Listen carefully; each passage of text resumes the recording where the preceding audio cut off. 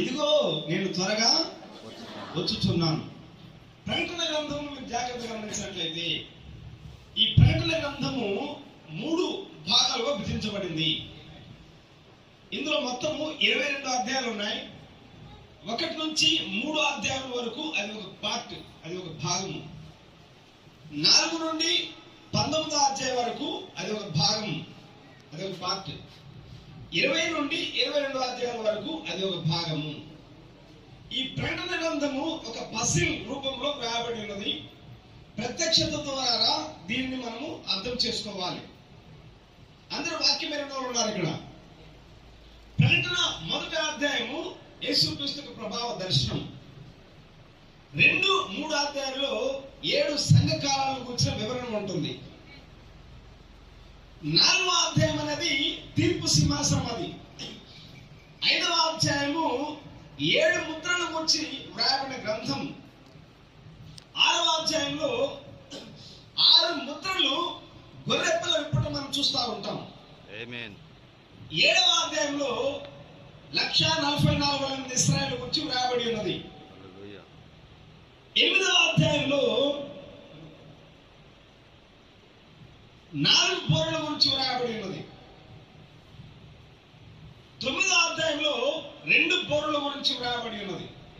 అంటే 5, 6 బోర్లు. అది మొదటి ప్రపంచ యుద్ధం, రెండో ప్రపంచ యుద్ధం. 10వ అధ్యాయంలో విప్పబడిన చిన్న పుస్తకం గురించి వ్రాయబడి ఉన్నది.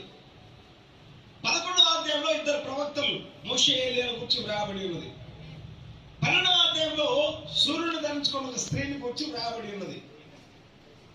13వ అధ్యాయంలో 2 క్రూర మృగాల గురించి వ్రాయబడి ఉన్నది. ఒకటి ఆ సముద్రంలో వచ్చిన క్రూర మృగము, అది రోమన్ కౌతలి. రెండవది భూమిలో వచ్చిన క్రూర మృగము, అది అమెరికా దేశమై ఉన్నది. 14వ అధ్యాయంలో గొర్రెపిల్ల సీయోను పర్వతం మీద దిగి రావడం గురించి వ్రాయబడి ఉన్నది. 15వ అధ్యాయము తెగుళ్ళను గురించి వ్రాయబడి ఉన్నది. 16వ అధ్యాయంలో పాత్రల గురించి ఉంటుంది, 7 పాత్రల గురించి ఉంటుంది. 17, 18వ అధ్యాయం మహావేశ్య గురించి వ్రాయబడింది. 19వ అధ్యాయము ప్రభు యేసుక్రీస్తు ఈ భూలో పెళ్లి కుమార్తె వివాహం గురించి వ్రాయబడి ఉన్నది. ఆమేన్. 20వ అధ్యాయము క్రొత్త భూమి క్రొత్త ఆకాశం గురించి ఉంటుంది. 20వ అధ్యాయం ధవసింహాసన తీర్పు. 21వ అధ్యాయం క్రొత్త భూమి క్రొత్త ఆకాశము. 22వ అధ్యాయము నిత్యత్వం గురించి వ్రాయబడి ఉన్నది. ఆమేన్. హల్లెలూయా. ఆమేన్. ప్రకటన గ్రంథం యొక్క బ్రీఫ్ ఇంట్రడక్షన్, ఒక చిన్న ఉపోద్ఘాతం, ఒక సంక్షిప్త ఉపోద్ఘాతం. నేను తీసుకున్న అంశములకు ఇది ఒక పునాదిగా ప్లాట్ఫామ్ వేసుకుంటున్నాను. మీరు ఇల్లు కట్టేటప్పుడు ఏ విధంగా ఒక పునాది వేసుకుంటారు, ఆ తర్వాత ఏ విధంగా గోడలు కడతారు, ఆ తర్వాత ఏ విధంగా ఒక రూఫ్ ఉంటుంది. ప్రసంగానికి కూడా ఒక పునాది ఉంటుంది, దాని యొక్క మధ్యలో గోడలు ఉంటాయి, అంటే థీమ్ ఉంటుంది, దానికి ఒక రూఫ్ కంక్లూజన్ ముగింపు అనేది ఉంటుంది. ఈ రాత్రంతా మేము వింటామయ్యా అన్న చేతుల తండ్రి దేవుడి మీద దీవించున్నాను. హల్లెలూయా. గమనించండి, ఈ ప్రకటన 2, 3 అధ్యాయంలో ఆ యొక్క కృపా సింహాసనం. అది 4వ అధ్యాయం అనేది ఏంటంటే తీర్పు సింహాసనము. ఒక పిల్లవాడు జడ్జి ముందు నిలబడ్డాడంట. హత్య చేసి నేరం చేసి కోర్టులో నిలబడ్డాడు. అమ్మ ఇటు మీరు ఇప్పుడే తిరిగేసి జడ్జిని చూసి ఆ పిల్లవాడు అన్నాడు, అవనస్తుడు, సార్ నమస్తే సార్ అన్నాడు. ఏంటి బాబు? సార్ నన్ను గుర్తుపట్టారని అడిగాడు. ఎవరయ్యా నువ్వు అంటే, సార్ ఒకప్పుడు నేను మా అమ్మ గుర్రం బగ్గల మీద వెళ్తా ఉన్నప్పుడు ఆ ఒక కొండ దగ్గర లోయ అది జారి కింద పడింది బండి, మేము ఆ లోయలో పడ్డాము, మీరు అటు నుండి వెహికల్ వేసుకుంటూ వచ్చారు, నన్ను మమ్మల్ని కాపాడారు సార్. ఓహో బాబు నువ్వేనా? నేనే సార్. బాబు సార్ ఇంతకు పరిస్థితి ఏంటని అడిగాడు ఆ జడ్జి. సార్ అప్పుడు రక్షించావు కదా, ఇప్పుడు కూడా రక్షించవా అని అడిగాడు. జడ్జి అన్నాడు, అప్పుడు నేను రక్షకుణ్ణి, కానీ ఇప్పుడు నేను జడ్జిని అన్నాడు. ఆమేన్. హల్లెలూయా. ఆమేన్. ఒకప్పుడు రక్షకుడే, కానీ ఇప్పుడు పోస్ట్ మారింది, ఇప్పుడు నేను జడ్జిని. ఇక్కడ నేను కూర్చున్న స్థానం ఏంటిది? జడ్జిమెంట్ స్థానం ఇది. హల్లెలూయా. మీరు ఒక తెల్లని పేపర్ తీసుకోండి, ఒక వైట్ పేపర్, పదార్థం అనుకోండి, ఇది ఒక ఎర్రని పదార్థం. ఈ ఎర్రని పదార్థం, అక్కడ ఒక ఎర్రని పదార్థం పెట్టండి. ఈ ఎర్రని పదార్థంలో దాన్ని చూస్తే అది మీకు తెల్లగా తెల్లగా కనిపిస్తూ ఉంటుంది. ప్రాక్టీస్ చేయండి. రెడ్ త్రూ రెడ్, ఎర్రని పదార్థంలో నుండి ఇంకొక ఎర్రని పదార్థాన్ని చూస్తే అది మీకు తెల్లగా కనపడతా ఉంటుంది. యేసుక్రీస్తు రక్తం ఎలా ఉందంటే ఎర్రగా ఉంది. మానవుల పాపాలు ఎలా ఉన్నాయంటే యెషయా అన్నాడు కెంపు వలె ఎర్రగా ఉన్నాయన్నాడు. అంటే యేసు ప్రభు ఆ రక్తంలో నుండి పాపిని చూస్తే పాపి కూడా పరిశుద్ధంగా కనపడతాడు. ఆమేన్. హల్లెలూయా. మీకు బైబిల్ బాగా పరిచయం ఉన్నట్లయితే హెబ్రీయులకు రాసిన పత్రిక 11వ అధ్యాయం అంతా ఇంటికి వెళ్తున్నా చదువుకోండి. పౌలు విశ్వాస వీరుల లిస్టు గురించి రాశాడు. ఆ 11వ అధ్యాయం అంతా విశ్వాస వీరుల లిస్ట్ ఉంటుంది. హేబేలు మొదలుకొని రాసుకుంటూ వచ్చాడు. ఆ విశ్వాస వీరుల లిస్ట్ లో పౌలు ఒక్క బలహీనత కూడా రాయలేదు. హల్లెలూయా. పాత నిబంధనలో వాళ్ళకి ఎన్నో బలహీనతలు ఉన్నాయి, అవునా బ్రదర్? కానీ కొత్త నిబంధనలో పౌలు ఒక్క బలహీనత కూడా వారిని వ్రాయలేదు. కారణం ఏంటి? పౌలు వారిని యేసుక్రీస్తు రక్తంలో చూశాడు. ఆమేన్. హల్లెలూయా. ఆ రక్తం ప్రక్కన పెడితే అది మళ్ళా జడ్జిమెంట్ రక్తం అయి ఉన్నది, అది తీర్పు అయి ఉన్నది. కాబట్టి గమనించండి, ఇక్కడ నేను చాలా విషయాలు దాటేస్తా ఉన్నాను. చివరి అధ్యాయంలో మనం గమనించినట్లయితే ప్రభు నాడు ఇదిగో నేను త్వరగా, వెరీ గుడ్, ఇదిగో నేను త్వరగా వస్తున్నాను. మొత్తం బైబిల్లో 3 రాకడలు ఉన్నాయి. మొదటి రాకడ, రెండవ రాకడ, మూడవ రాకడ. మొదటి రాకడలో యేసుక్రీస్తు రక్తము చిందించడానికి వచ్చాడు భూమి మీదకి. రెండవ రాకడలో ఎవరి కొరకైతే రక్తం చిందించాడో వారిని తీసుకొని పోవటానికి రెండవ రాకడ. ఆమేన్. మూడవ రాకడ అనేది ఎవరైతే తీసుకొని పోయాడో వారితో పాటు తిరిగి మరలా ఇక్కడికి వేల పరిపాలన నిమిత్తం రానై ఉన్నాడు. ఆమేన్. ఈ 3 విషయాలు స్పష్టంగా మీరు గమనించాలి. అయితే నేను ప్రారంభం నుండి కొన్ని విషయాలు మీతో పంచుకోవాలని ఆశిస్తా ఉన్నాను. ఒకసారి ప్రకటన గ్రంథం 5వ అధ్యాయం చదువుకుందాం. ప్రకటన 5వ అధ్యాయం మొదలు వచ్చాం. లోపటను వెలుపటను వ్రాత కలిగి 7 ముద్రలు గట్టిగా వేసి ఉన్న ఒక గ్రంథము సింహాసనమునందు ఆసీనుడైన వాని కుడి చేత సూచించాలి. నా ప్రసంగాలు మా విజయవాడ నుంచి మా చర్చి బిల్వర్స్ వచ్చారు. ఇవన్నీ కట్టదు మళ్ళీ వాళ్ళకు చూడకుండా ఈ విషయాలు వాళ్ళు బాగా ఎన్నో ప్రసంగాలు రాత్రి పగలు వాళ్ళు విన్నారు ఆ ప్రసంగాలు. ఈ ప్రకటన 5వ అధ్యాయం అనేది నేను సారాంశం చెప్తున్నాను, గమనించండి. Sister please. దేవుని కుడి చేతిలో గ్రంథం ఉన్నది. ఆ గ్రంథము లోపట వ్రాయబడినది, అది వెలుపట వ్రాయబడినది. అయితే ఆ గ్రంథము సమీపించడానికి కానీ, దాన్ని విప్పటానికి కానీ, దాన్ని చూడటానికి కానీ, ఇంగ్లీష్ లో చదవడానికి కానీ కూడా ఉంది. తెలుగులో పదం తీశారు. దాన్ని చదవటానికి కానీ పరలోకమందు కానీ భూమి మీద కానీ భూమి క్రింద కానీ ఎవరికి యోగ్యత లేదు. మరి ఆ గ్రంథం విప్పేవారు ఎవరు అని యోహాను నడుస్తా ఉన్నాడు. యోహాను పరలోకమంతా గమనిస్తా ఉన్నాడు. ఎవరు ఆ గ్రంథం విప్పటానికి శాసించిన వారు ఎవరు లేరు. పరలోకం యొక్క నమూనా ఏంటంటే పరలోకంలో దేవుని సింహాసనం ఉన్నది. సింహాసనం చుట్టూ 4 జీవులు ఉన్నాయి. 4 జీవుల చుట్టూ 24 పెద్దలు ఉన్నారు. 24 పెద్దల చుట్టూ కోటాను కోట్ల దూతలు ఉన్నాయి. ఇది పరలోకపు నమూనా. ఈ పరలోకమంతా యోహాను గమనిస్తా ఉన్నాడు. ఆ గ్రంథం విప్పేవారు ఎవరని యోహాను ఏడుస్తా ఉన్నాడు. వెంటనే యోహాను యొక్క ఏడుపుకు ఒక ఆదరణ దొరికింది. యోహాను ఏడవకము, ఇదిగో యూదా గోత్రపు సింహము ఆ గ్రంథం ఇప్పుడు జయం పొందనన్నాడు. యోహాను ఆ యూదా గోత్రపు సింహం ఎక్కడ చూస్తా ఉంటే అకస్మాత్తుగా ఏ బ్లీడింగ్ ల్యాంబ్, ఒక రక్త సిద్ధమైన గొర్రెపిల్ల వచ్చి ఆ సింహాసనం కూర్చున్న ఆయన కుడి చేతుల్లో గ్రంథం తీసుకున్నాడు. వెంటనే పరలోక సైన్యం కీర్తన పాడారు. గొర్రెపిల్ల నీవు యోగ్యుడవు, నీ రక్తం ఇచ్చావు, ప్రతి వంశంలో నా భాషలు మాట్లాడేవారు, ప్రతి ప్రజలను దేవుని కొరకు మమ్మల్ని కొన్నావని పరలోకంలో కీర్తన పాడారు. అది ప్రకటన 5వ అధ్యాయం సారాంశము. నేను ఈ విషయాన్ని ఈ అధ్యాయాన్ని ఎందుకు తీసుకున్నానంటే నేను తీసుకున్న అంశంలోకి దీన్ని ఖచ్చితంగా నేను ముడివేయాలి. హల్లెలూయా. దేవుని కుడి చేతిలో గ్రంథం ఉన్నది. గ్రంథం అంటే అక్షరార్థంగా పరలోకంలో ఇటువంటి గ్రంథాలు ఉండవు. ఇటువంటి పుస్తకాలు పరలోకంలో ఉండవు. ఈ బైబిల్లో ఒక కామా ఉందంటే దానికి ఒక అర్థం ఉన్నది, ఒక ఫుల్ స్టాప్ ఉందంటే దానికి ఒక అర్థం ఉన్నది. ఇది ప్రత్యక్షత ద్వారా అర్థం చేసుకునే గ్రంథం ఇది. ఆమేన్. హల్లెలూయా. కాబట్టి దేవుని చేతిలో గ్రంథం ఉన్నదంటే, దేవుని చేతిలో ఆ గ్రంథం ఉండక మునుపు ఆ గ్రంథము ఎక్కడ ఉన్నది అనేది మీరు జాగ్రత్తగా గమనిస్తే, ఒకసారి మనం బైబిల్లోకి వెళ్దాం. ఆదికాండము మొట్టమొదటి అధ్యాయం వచ్చిన ఆదియందు దేవుడు, చాలు. ఇక్కడ ఆదియందు దేవుడు అనే మాట మనకు కనిపిస్తూ ఉంటుంది. దేవుడు అనే మాట హీబ్రూలో ఎలోహిం అనే మాట వాడబడింది. ఆమేన్. పాత నిబంధన హీబ్రూలో రాయబడింది, కొత్త నిబంధన గ్రీక్ లో రాయబడి ఉన్నది. కాబట్టి ఇక్కడ దేవుడు అనే పదము పిల్లలు కూర్చోవాలి, ఎలోహిం అనే మాట వాడబడింది.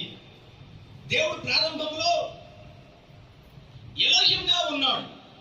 అప్పుడు పరలోకం అనేది సృష్టించబడలేదు బ్రదర్. భూలోకం కానీ పాతాళలోకం కానీ సమస్త ప్రపంచములు ఇంకా ఉనికిలోనికి రాలేదు. దేవదూతలు కూడా అప్పుడు లేరు. ఇంకో మాటలో చెప్పాలంటే దేవుడు దేవునిగా లేని సమయం అది. హల్లెలూయా. దేవుడు దేవునిగా లేడు. ఎందుకంటే దేవుడు అనే మాటకి అర్థం ఏంటంటే ఆరాధనకు పాత్రుడు అని అర్థం. ఆమేన్. ఆబ్జెక్టివ్ ఆఫ్ వర్షిప్, ఆరాధనకు పాత్రుడు. మరి ఆయన ఆరాధించబడాలి అంటే ఆరాధించే పాత్రలు ఉండాలి. అప్పుడు దేవదూతలు కూడా సృష్టించబడలేదు, మానవుడు సృష్టించబడలేదు, ఈ సమస్త సృష్టి ఉనికిలోకి రాలేదు. ఇవన్నీ అప్పుడు వెలుగు లేదు, చీకటి లేదు. ఇవన్నీ ఉనికిలోనికి రాక మునుపు ఆయన ఒంటరిగా ఉన్నాడు. ఆమేన్. ఎప్పటి నుంచి ఉన్నాడో తెలియదు, ఎంతకాలం నుంచి ఉన్నాడో కూడా తెలియదు. ఎలా ఉన్నాడంటే ఒక నిరాకారుడుగా ఉన్నాడు ఆయన. హల్లెలూయా. ఒక అదృశ్యుడుగా ఉన్నాడు. ఆయనకు ఒక ప్రారంభ దినాలు లేవు, ఒక ముగింపు దినాలు లేవు. ఆయనకు ఒక ఆది లేదు, ఒక అంతము లేదు. ఒకవేళ మీరు ఆయన ఆదిని కనుగొనాలంటే కొన్ని వందల మిలియన్ల బిలియన్ల ట్రిలియన్ల సంవత్సరాలు వెళ్ళినా ఆయన ఆదిని కనుగొనలేరు. ఆయన అంతముని కనుగొనాలంటే కొన్ని వందల మిలియన్ల బిలియన్ల ట్రిలియన్ల సంవత్సరాలు వెళ్ళినా ఆయన అంతం కనుగొనలేరు. అది దేవుడు అంటే. పౌలు ఒక మాటలో రాస్తాడు, ఎవరు నువ్వు సమీపింపరాని తేజస్సు అన్నాడు ఆయన. హల్లెలూయా. అంటే ఏ దేవదూత కూడా సమీపింపరాని తేజస్సులో ఉన్నాడు ఆయన. ఆమేన్. ఒక సూర్యుడిని మనం చూడలేం కదా.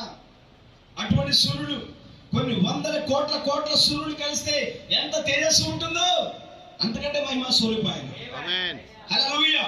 అది ఎలోహిం స్థానం, నిత్యత్వపు జీవి. ఎలోహిం అంటే నిత్యత్వంలో ఉన్నవాడు అని అర్థం.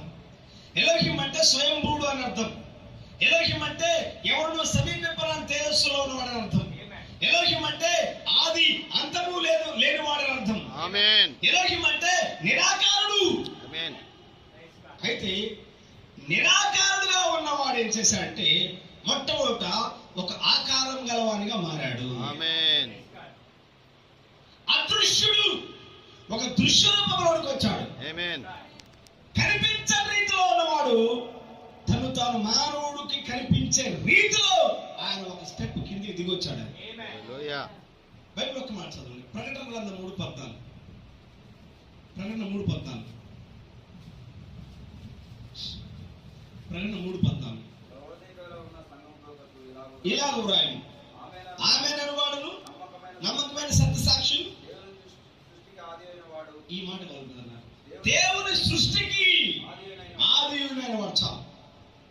దేవుడు నిరాకారుడుగా ఉన్నవాడు ఇప్పుడు ఆకారం గలవాడిగా మారాడు.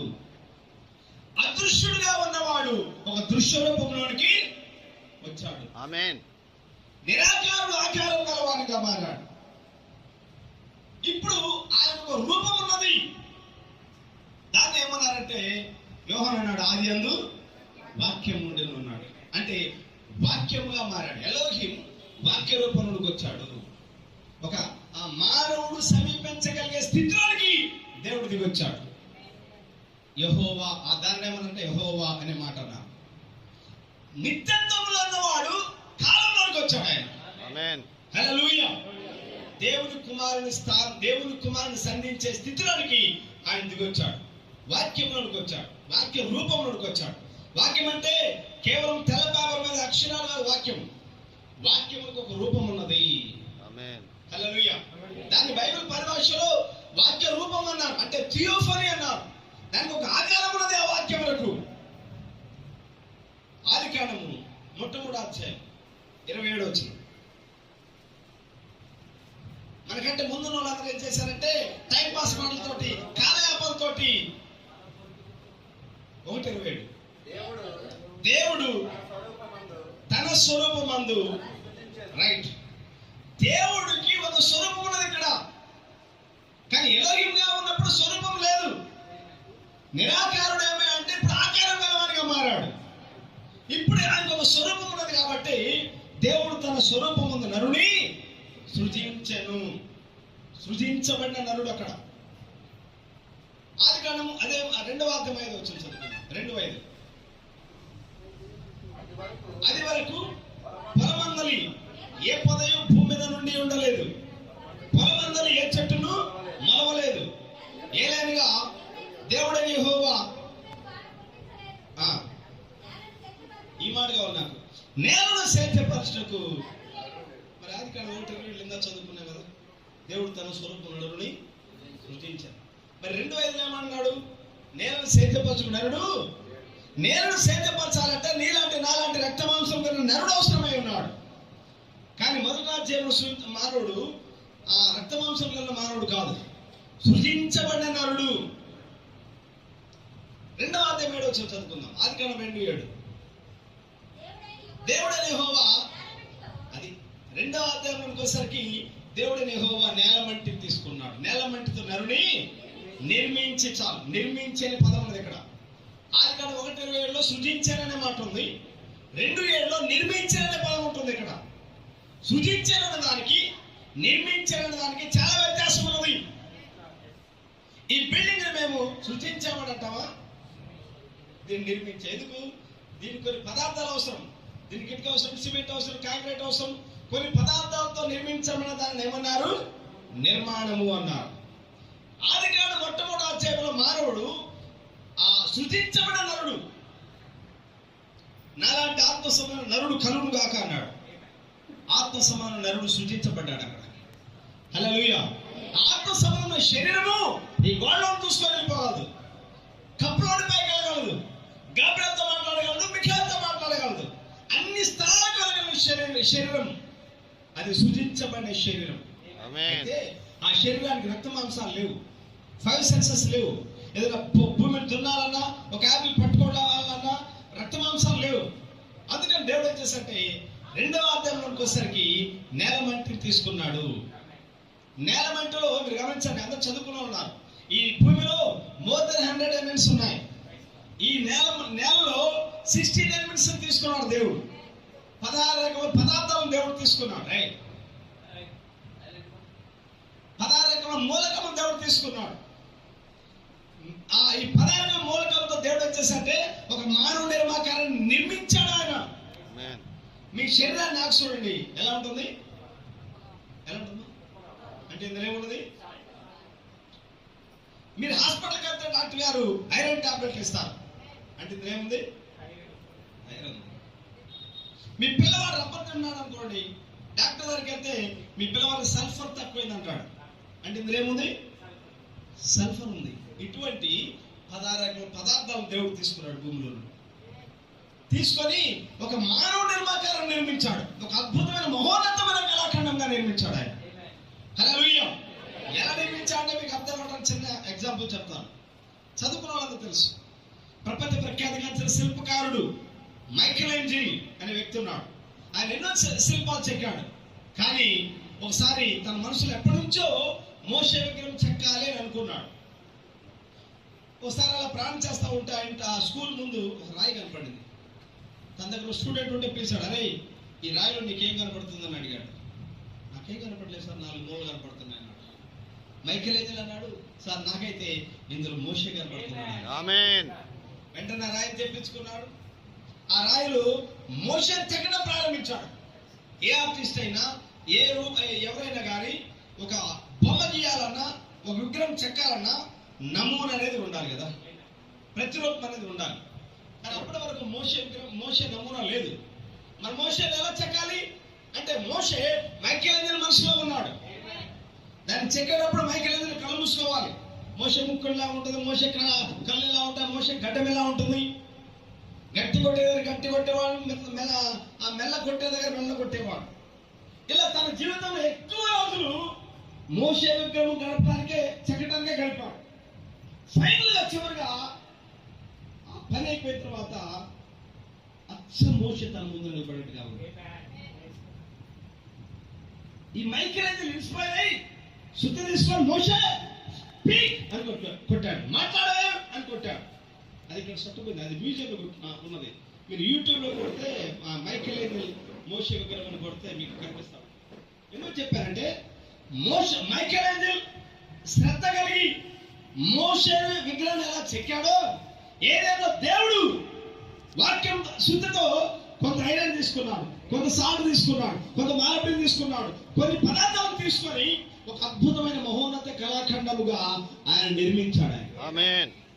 హోమ్ బీమ్ క్రీమ్ అంటే మునికిలోకి రాలేదు. ఆయన స్వరూపము, ఆయన ప్రతిరూపము, ఆయన ప్రతిబింబము నీలో పెట్టి ఆయన సృజించాడు. ఆయన గుణలక్షణాలు నీలో పెట్టి సృజించాడు. అంత అద్భుతమైన మహోన్నతమైన కళాఖండం. మొట్టమొదటి మానవుడు ఆదాము. హల్లెలూయా. అప్పుడు ఆ సృజించబడిన మానవుల్లో మొదటి అధ్యాయంలో స్పిరిట్ ఉంది కదా, ఆత్మశరీరం. ఆత్మశరీరాన్ని తీసుకొచ్చి ఈ మట్టి శరీరంలో అని ఊదాడు. నరుడు జీవించాత్మై ఉన్నాడు. ఆమేన్. హల్లెలూయా. ఆదాము దేవుని స్వరూపముగా, దేవుని ప్రతిరూపముగా, దేవుని ప్రతిబింబముగా, దేవుని గుణలక్షణములుగా ఈ భూమి మీద ఉన్నాడు. ఆదాము సృజించిన తర్వాత ఆదాము దేవుడి భూమిని హక్కుగా వ్రాసిచ్చాడు. ఆదామా ఈ భూమిని నీళ్ళు అన్నాడు. ఆకాశ పక్షులు, భూమి మీద ప్రతి జీవి, సముద్రంలో చేపలు సమస్తమును ఒక డొమినియన్ పవర్, ఏదే అధికారం దేవుడు ఆదాముకి ఇచ్చాడు. ఈ భూమిని హక్కుగా వ్రాసిచ్చాడు. మీకు తెలుసా, ఆదాం పాపం చేయకమునుపు ఒక చెట్టు మీద ఆకు రాలి భూమి మీద పడలేదు. ఆదాం పాపం చేయకమునుపు మరణం అనేది లేదు, జంతువులు చావడం లేదు, మనుషులు చంపుకోవడం అనేది లేదు, సమాధి కార్యక్రమాలు లేవు. పాపం చేయకమునుపు ప్రశాంతంగా ఉంది ఏదేను. హల్లెలూయా. ఆదాము ఒక చెట్టు దగ్గరికి వెళ్ళి, చెట్టు నువ్వు ఇక్కడ డిస్టర్బెన్స్ గా ఉన్నావు, నువ్వు ఇక్కడ లేచి వెళ్ళి అవతల పోయి నాటుకొని ఒక్క మాట పలికితే ఆ చెట్టు వేళ్లతో సైతం వెళ్ళి అవతల నాటబడేది. ఆదాము పర్వతం దగ్గరికి వెళ్ళి, పర్వతమా నువ్వు లేచి వెళ్ళి అక్కడ ఆ సముద్రంలో పడడానికి పలికితే అది జరిగేది. అదే యేసు ప్రభు చిన్న హింట్ ఇచ్చాడు, మీకు ఆవగింజంత విశ్వాసం ఉన్నాయలా ఈ పర్వతం మీదకి వెళ్ళి సముద్రం పడమంటే అది నిస్సందేహంగా సముద్రంలో. ఈ మాట విని ఒక ఆమె సముద్రం దగ్గరికి వెళ్ళిందంట, పర్వతం దగ్గరికి వెళ్ళి కళ్ళు మూసుకొని ఓ కొండ సముద్రం పడు, కొండ సముద్రం పడు, కొండ సముద్రం పడన్నది. కొద్దిసేపు కళ్ళు తెరిచి చూస్తే ఆ కొండ అక్కడే ఉంది. ఏమంటుంది, నేను ముందే అనుకున్నా ఇది మాత్రం ఇంచి కూడా కదలదని. దాని అర్థం అది కాదు. ఆవగింజంత విశ్వాసం అన్నాడు ఆయన. ఆవగింజంత విశ్వాసం అర్థం ఏంటంటే ఈనాడు మనిషి ప్రతిదాన్ని హైబ్రిడ్ చేస్తా ఉన్నాడు. సరైన ఫుడ్ కాదు మనం తినేది, అంత హైబ్రిడ్.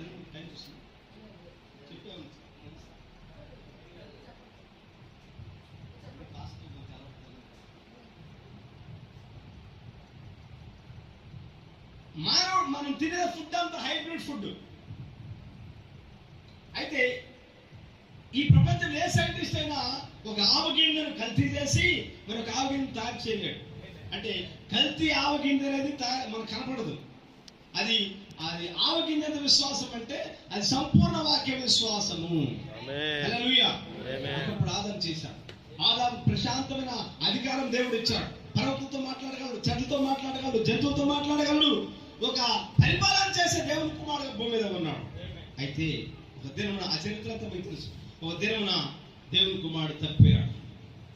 ఒక దినమున దేవుని కుమారుడు పాపం చేయడం ద్వారా ఏదే తోట నుంచి బయటకు వెళ్ళగొట్టబడ్డాడు. బయటకు వెళ్ళగొట్టబడి దేవునికి మానవునికి పెద్ద అగాధం ఏర్పడింది, పెద్ద గ్యాప్ ఏర్పడింది. మనిషి ఏం చేశాడంటే ఆదాము మనిషి ఏం చేశాడు, తప్పు చేసి అంజూరపు ఆకులు కట్టుకున్నాడు. ఆకులు అంటే మతము.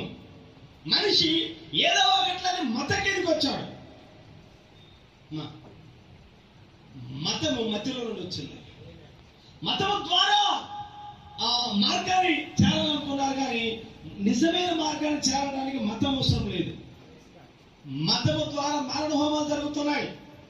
మీకు తెలుసు కదా, ఈ మొత్తంలోనే మణిపూర్లో జరిగిన సంఘటన మతమే. దాని వెనకాల ఉన్నది మతం. కాబట్టి మనిషి ఆకులుగా కప్పుకున్నాడు ఏదో ఒకటిలే అని. అయితే అది సరైన మార్గం కాదు. మానవుడు దేవుని ఎదురు తప్పాడు, దూరం అయిపోయాడు. దూరమైన మానవుడి దేవుడి కుమారుని దేవుడే సమీపించడానికి ఆయన నిర్ణయించుకున్నాడు. హల్లెలూయా. నిత్యత్వం ఉన్న దేవుడు ఆయన మెల్లమెల్లగా ఆయన దిగిరావడం ప్రారంభించాడు. పరలోకంలో ఉన్న దేవుడు మొట్టమొదట సీనాయి పర్వతం దిగి వచ్చాడు. సీనాయి పర్వతం దిగి వచ్చిన దేవుడు సొలొమోను కట్టించిన మందిరంలో ప్రత్యక్ష గుడారంలో దిగి వచ్చాడు. మోషే కట్టించిన ప్రత్యక్ష గుడారంలో దిగి వచ్చాడు. ప్రత్యక్ష గుడారంలో దిగి వచ్చిన దేవుడు సొలొమోను కట్టించిన మందిరంలో దిగి వచ్చాడు. సొలొమోను కట్టించిన మందిరంలో దిగి వచ్చిన దేవుడు ఒక దినమున కనిమేరు గర్భమందు శరీరధారిగా ఇమ్మానుయేలుగా భూమికి వచ్చాడు. ఆమేన్. హల్లెలూయా. అది మొదట రాకడ. ఆదాము పాపం చేసినప్పటి నుంచి ఆదాము నుండి నోవాహు వరకు 2000 సంవత్సరాల చరిత్ర. ఆమేన్. నోవాహు నుండి యేసుక్రీస్తు భూమికి రావడానికి 2000 సంవత్సరాల చరిత్ర. హల్లెలూయా. ఈ 4000 సంవత్సరాల చరిత్రలో దేవుడు అనేక మంది ప్రవక్తలు పంపించుకుంటూ వచ్చాడు. ప్రవక్త అంటే నాకు అర్థం చెప్తున్నాను వినండి. ప్రవక్త అంటే దేవుని నోరు. ప్రవక్త అంటే దేవుని నేత్రమై ఉన్నాడు. ప్రవక్త అంటే ఆ దేవుని మనసులో ఉన్న మాటను తీసుకొని ప్రజలకు అందించేవాడు. ప్రవక్త అంటే ఆ గడియ పంపించబడిన దేవుని వాక్యమై ఉన్నాడు. ఆమేన్. హల్లెలూయా. కాబట్టి ప్రవక్తలందరూ 2 పనులు చేయాలి. ఒకటి, వారికి ఇచ్చిన ఆ గడియకు దేవుడు ఇచ్చిన వాగ్దానాన్ని వాక్యాన్ని పట్టుకొని ఇశ్రాయేలుకు బోధించాలి. రెండోది, రాబోతున్న మెస్సయాను గురించి ప్రవచించాలి వాళ్ళు. ఆమేన్. హల్లెలూయా. ఓ ప్రవక్త మెస్సయ ఎక్కడ పుట్టాడో ప్రవచించాడు. ఓ ప్రవక్త ఆయన ఏ విధంగా నమ్మబడతాడో ప్రవచించాడు. ఓ ప్రవక్త ఆయన ఏ విధంగా సిలువ వేయబడతాడో ప్రవచించాడు. ఓ ప్రవక్త ఆయన ఏ విధంగా వెండి నాణ్యం కమ్మబడతాడో ప్రవచించాడు. ఓ ప్రవక్త ఆయన ఏ విధంగా గాతపై వస్తాడో ప్రవచించాడు.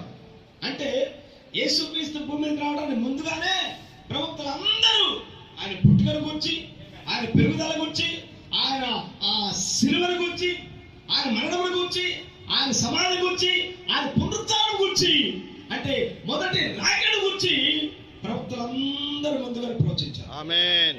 హల్లెలూయా. వాటి యొక్క ప్రతిఫలమే ఆ మొదటి రాకడ.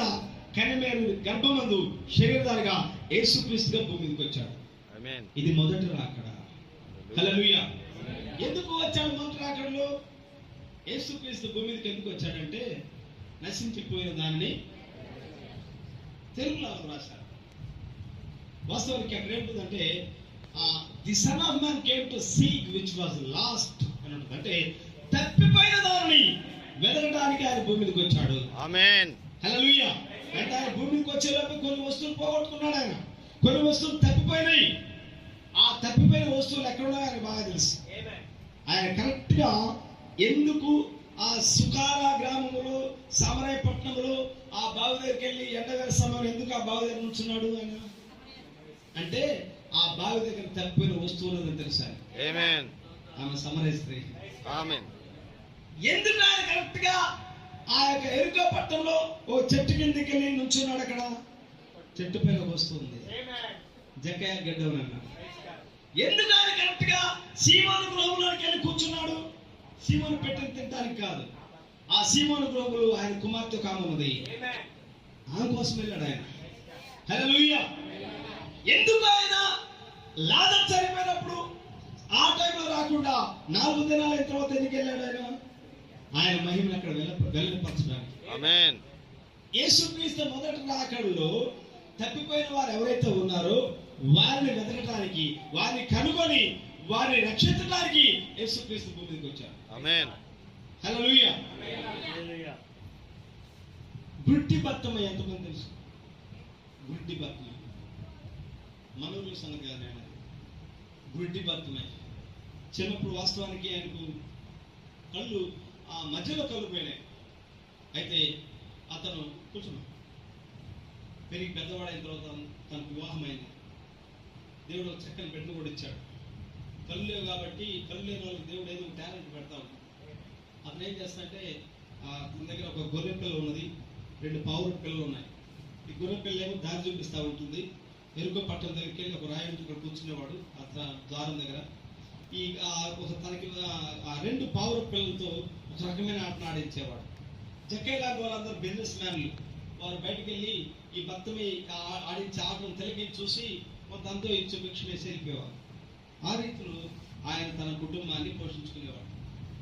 ఒక దినమున తన భార్య జబ్బు చేసింది.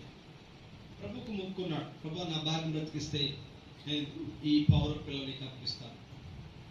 దేవుడు ఆమెను బ్రతికించాడు, ఆ రోగం బాగు చేశాడు. ఆ పౌర పిల్లలు ఆలయంలో బలర్పించాడు, తీసుకెళ్ళాడు. మళ్ళా కొంతకాలం అయిన తర్వాత తన బిడ్డ చావు బ్రతుకుల మధ్యలో ఉన్నది. ప్రభు నీకు తెలిసి నాకు వేరే మార్గం లేదు, నాకు ఒకే ఒక గొర్రె పిల్ల ఉంది, అది కూడా నీకు సమర్పిస్తాను ప్రభు అని ఒప్పుకున్నాడు. దేవుడు ఆ బిడ్డను బ్రతికించాడు. ఆ తర్వాత ఆ గొర్రె పిల్లను యాజకులు తీసుకెళ్ళి సమర్పించాడు, ఆ మందిరంలో ఇచ్చాడు. ఇక ఏం లేవు, బతిమైపు. ఆ రోజు పడుకున్నాడు కానీ బతిమైకి నిద్ర పట్టలేదు. రాత్రంతా కలగన్నాడు. ఆ కళ ఏంటంటే కళలో తను చూపొచ్చుంటే కలగన్నాడు. హల్లెలూయా. ఆ రోజు భార్య తీసుకెళ్ళి అక్కడ కూర్చోబెట్టింది. ఆ రోజంతా ఆలోచిస్తున్నాడు, నేను ఎవరిని, ఒక యూదుడిని, నాకు ప్రవక్తలు ఉన్నారు, వాళ్ళని ఏలియా కాలం ఉంటే నాకు కళ్ళు వచ్చేయము, వాళ్ళని ఎలీషా కాలం ఉంటే నాకు కళ్ళు వచ్చేయము, వాళ్ళ ప్రవక్త కాలం ఉంటే నాకు కళ్ళు వచ్చేయము, నా తల్లి నాకు చిన్నప్పుడు బైబిల్ పాఠాలు నేర్పించింది కదా అని ఆయన ఆలోచిస్తా ఉన్నప్పుడు అటు నుంచి మాటలు వినబడుతున్నాయి. దావీదు కుమారుడికి జయము, దావీదు కుమారుడికి జయము, దావీదు కుమారుడికి జయము. వెంటనే ఒకసారి తేరుకొని, ఏమండి ఏంటి ఆ శబ్దాలేంటి అంటే, బెత్తమై నువ్వు యూదుడవా? నేను యూదుడిని. ఇదిగో మన పూర్వకాల ప్రవక్తలందరూ ఒక మెస్సయ్య రాబోతున్నాడని, ఒక మొదటి నాగడిలో ఆయన రాబోతున్నాడని ప్రవచించారు కదా. అవునయ్యా, ఆయన ఇటే వస్తా ఉన్నాడు. హల్లెలూయా. అవకాశాన్ని పోగొట్టుకోలేదు బెత్తమై.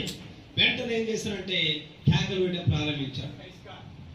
దావీదు కుమారుడా నన్ను దాటిపోకయ్యా, నజరేతువాడా నన్ను,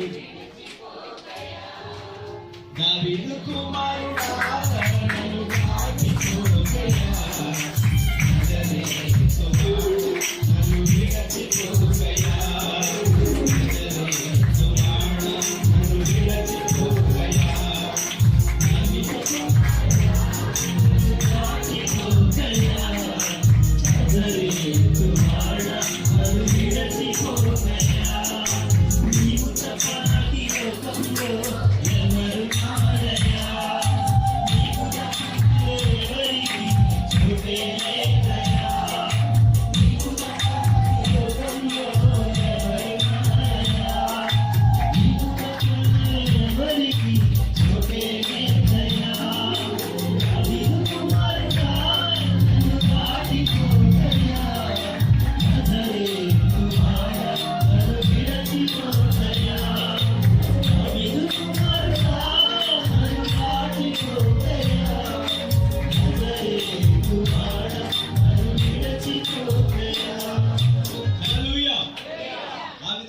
ప్రారంభించాడు. ఆ వ్యక్తి నేను రమ్మన్నాడు. గుడ్డి బతిమై వేసిన కేకలు యేసును ఆపలేదు, కానీ ఆయనలో ఉన్న బలమైన విశ్వాసము యేసును ఆపిందట. ఆమేన్. బైబిల్లో పాత్రలో యెహోషువ అనే వ్యక్తి ఉన్నాడు. సూర్యుడా ఆగు అంటే సూర్యుడు ఆగాడు. యెహోషువ సృష్టిని ఆపితే ఒక సామాన్యమైన భిక్షగాడు సృష్టికర్తనే ఆపాడు అక్కడ. ఆమేన్. హల్లెలూయా. ఆయన ఆగాడు అక్కడ. బతిమై వచ్చాడు. నీ పరిస్థితి అయ్యా, నా పరిస్థితి. వెంటనే అతనికి 2 కళ్ళు వచ్చాయి. ఎందుకు మొదటి రాకడలో యేసుక్రీస్తు భూమి మీదకి వచ్చాడంటే బతిమై ఖర్చు చూపించడానికి. హల్లెలూయా. జక్కయ్య లాంటి వారిని రక్షించడానికి. బైబిల్లో చాలా సందర్భాలు ఉన్నాయి. సమరయ స్త్రీని ఆయన రక్షించడానికి, వ్యభిచారంలో పట్టబడిన స్త్రీని, పాపాత్మైన స్త్రీ లాంటి వారి కోసము ప్రభువు యేసుక్రీస్తు మొదటి రాకడలో వచ్చి తనకు సంబంధించిన వారిని అందరినీ సమకూర్చుకున్నాడు. ఆయన ఆదాము నుండి పాపం చేసిన వారందరికీ విడుదల చేయడానికి ప్రభువు యేసుక్రీస్తులో రక్తం కార్చాడు. నీ కోసం నా కోసము రక్తం కార్చాడు. యేసుక్రీస్తు భూమి మీదకి వచ్చింది ఒక మతాన్ని స్థాపించడానికి కాదు, ఒక కులాన్ని స్థాపించడానికి కాదు, ఒక పార్టీని స్థాపించడానికి కాదు. ఆయన వచ్చింది ఏంటంటే ఆయన రక్తం చిందించి నిన్ను నన్ను కొనడానికి వచ్చాడు. ఆమేన్. హల్లెలూయా. అందుకని పౌలు అన్నాడు, మీరు మీ సొత్తు కాదు, విలువ పెట్టి కొనబడిన వారై ఉన్నారు. మొదటి రాకడలో ఎందుకు వచ్చాడు? రక్తం చిందించాడు, నేను కొన్నాడు. ఇప్పుడు నేను ఈ వస్తువును కొన్నాను అంటే ఈ కొని నేను ఇక్కడ పడేసి వెళ్ళిపోతానా? కొన్న తర్వాత ఏం చేస్తాను? ఈ వస్తువును ఇంటికి తీసుకెళ్ళిపోతా. యేసుక్రీస్తు భూమి మీదకి వచ్చి నిన్ను నన్ను కొన్నాడంటే మొదటి రాకడది. ఆ కొన్న వారిని తీసుకొని పోవడానికి రెండవ రాకడ. ఆమేన్. హల్లెలూయా. దాన్ని మనం చదువుకున్నాం. ఇదిగో నేను త్వరగా, నేను ఇంకా నా అంశం ఇంకా రాలేదు. నేను త్వరగా ముగించాలంటే మీరు సిగ్నల్స్ ఇవ్వాలి నాకు. హా అంటాం కానీ, తుమ్మటం కానీ, దగ్గటం కానీ చేస్తే నేను త్వరగా ముగిస్తాను. చాలా భారంతో ఏర్పాటు చేయబడిన సభలు, చాలా భారంతో ఏర్పాటు చేయబడిన సభలు. ఈ సభలో మీరు ధారాళమైన మనసు కలిగి ఉంటే దేవుడు మిమ్మల్ని దీవిస్తాడు. ఆమేన్. అక్కడ ఒక డ్రమ్ పెట్టారంట. ఆ డ్రమ్ములో ఈ గ్రామంలో వాళ్ళందరూ పాల్గొండి అన్నారు.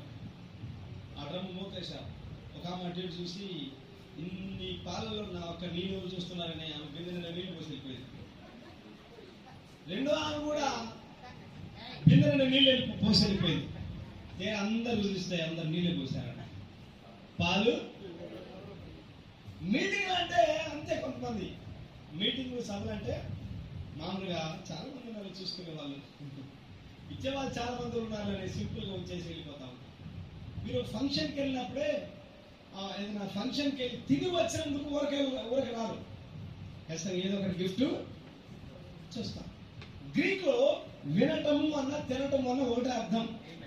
గ్రీక్ భాషలో వినటం అన్న తినటం అన్న ఒకటి అర్థం. ఈ వాక్యం నువ్వు వింటున్నావంటే అర్థం అర్థం. హల్లెలూయా. కాబట్టి ఈ భారభరితమైన సభలో ఎన్నో ఖర్చులు ఉన్నాయి, ఎన్నో విధానాలు ఉన్నాయి. ధారాళమైన మనసు కలిగి ఉండండి, దేవుడు మీ అందరూ దీవిస్తాడు. ఆమేన్. హల్లెలూయా. అందరూ వినండి, నేను త్వరగా ముగిస్తాను.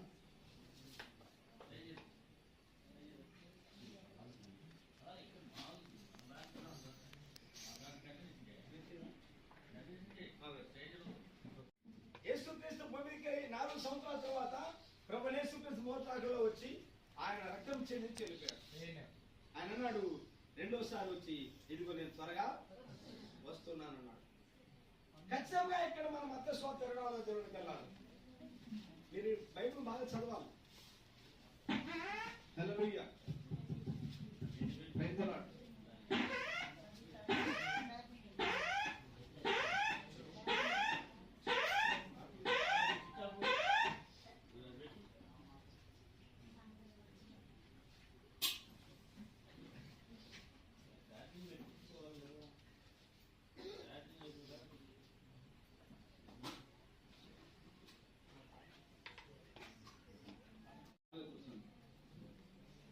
మొదటి రాకడలో రక్తము చిందించాడు, నిన్ను నన్ను కొన్నాడు.